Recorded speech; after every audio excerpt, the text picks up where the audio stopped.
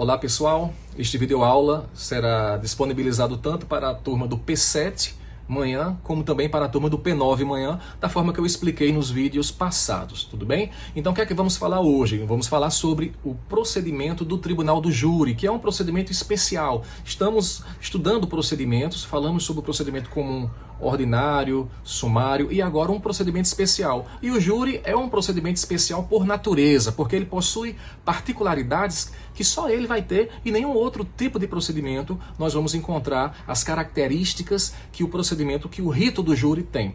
Antes de falar do júri, a gente precisa verificar, do júri no Código de Processo Penal, a gente precisa verificar a Constituição Federal no artigo 5º, inciso 38, que traz os princípios aplicáveis ao Tribunal do Júri. Plenitude de defesa é compreendido como algo maior e até mais amplo do que a ampla defesa, sendo redundante. Muitas vezes no júri, na sustentação da defesa, o advogado fala em questões de natureza moral, de natureza religiosa, invoca ali requisitos que nem sempre estão previstos em lei, fala sobre questões emocionais, então isso faz parte da ampla defesa. Sigilo das votações, a forma como os jurados decidem é através de uma votação, colocam um voto na urna, essa votação ela é secreta, ela é sigilosa, um jurado não pode mostrar ao outro a sua decisão. Soberania dos vereditos. A decisão dos jurados é chamada de veredito. Isso quer dizer que ele é soberano no sentido de que, por exemplo, se o juiz presidente, que é o juiz de direito, ele discorda da decisão dos jurados, ele tem que seguir aquela decisão, porque ela é soberana. Isso não quer dizer que não haja possibilidade de recurso. E claro que há. Se o réu é condenado, ele pode recorrer. Se o réu é absolvido, o Ministério Público pode recorrer. E, finalmente, na Constituição nós temos a competência para julgamento dos crimes dolosos contra a vida. Que são crimes dolosos contra a vida? Primeiro, o elemento subjetivo é o dolo, direto ou eventual, querer o resultado ou assumir o risco. Segundo, crimes contra a vida, aqueles que estão no Código Penal do artigo 121 ao 127, tá? Que são homicídio, participação no suicídio, infanticídio e aborto. Somente estes crimes, tentados ou consumados, irão a júri, mas também os crimes que lhes sejam conexos, como, por exemplo, é comum o sujeito praticou homicídio e escondeu o cadáver, então ele vai ser julgado no júri por homicídio e por ocultação de cadáver, porque o procedimento especial ele atrai o crime que se processaria num procedimento comum. Muito bem. O procedimento do júri ele é dividido em duas fases. No Código de Processo Penal, lá no artigo 406 ao 412, teremos a primeira fase. E a primeira fase se chama de Judicium Accusationes. A segunda fase, Judicium Causae. São expressões em latim muito utilizadas na jurisprudência e na doutrina. Então, procedimento do júri, bifásico, escalonado. Primeira fase, Judicium Accusationes, fase do sumário de culpa, da formação de culpa ou da admissibilidade da acusação. Segunda fase, Judicium Causae, a fase do julgamento da causa, a fase do mérito da acusação.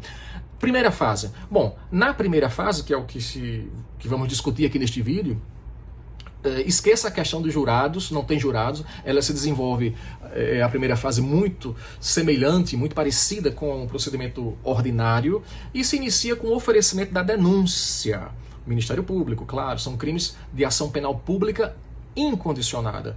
É bem verdade que o Código fala em queixa, mas aí, como queixa é ação penal privada, seria apenas na hipótese remotíssima, quase inexistente, de omissão do Ministério Público em não oferecer denúncia e a vítima ou as pessoas autorizadas que poderiam propor essa queixa substitutiva. Muito bem. Então, oferecimento da denúncia, onde se pode rolar até 8 testemunhas. Se o juiz receber a denúncia, cita o réu é citado. Mesma coisa do rito ordinário, ele terá 10 dias para oferecer a sua resposta à acusação, podendo rolar também testemunhas até o número de 8.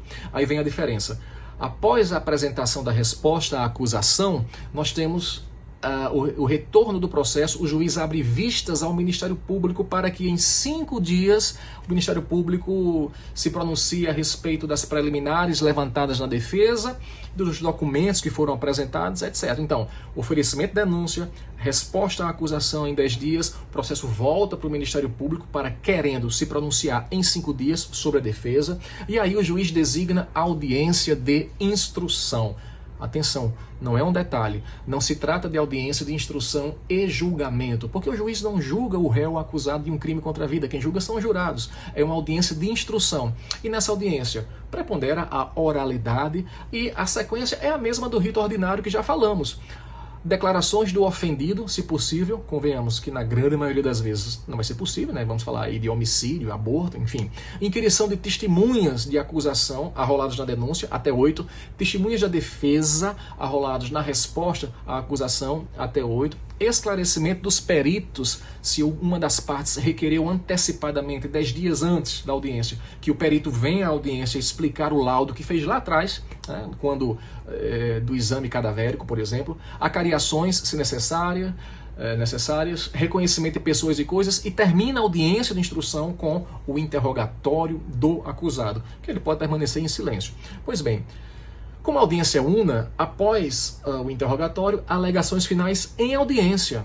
A lei não prevê a possibilidade de memoriais. 20 minutos para o Ministério Público, mais 10 se ele achar que precisa de uma prorrogação. Se existir assistente do Ministério Público, teria mais 10 minutos, então são 40. E aí o mesmo prazo para a defesa. 20 minutos, se o Ministério Público solicitou a prorrogação, a defesa também tem mais 10, e se o assistente de acusação falou, a defesa também tem mais 10. E aí a decisão do juiz em audiência, ou ele tem 10 dias para decidir, prazo impróprio, claro. E todo esse procedimento na primeira fase, o Código de Processo Penal no artigo 412 vai dizer que ele deve durar no máximo 90 dias, no máximo 90 dias. Claro que na prática isso raramente é observado, até porque existe um acúmulo de processos, poucas varas do júri, as burocracias e os problemas que nós já conhecemos. Pois bem, quando o juiz vai decidir, são 4 as decisões possíveis, tá? A gente não está falando aqui em julgamento pelo júri, e sim as decisões que o juiz poderá adotar.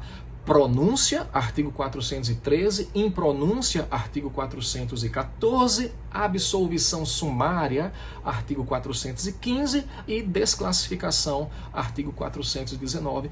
Essas decisões serão objeto de um vídeo próprio, de um vídeo específico que nós faremos logo mais. Um abraço.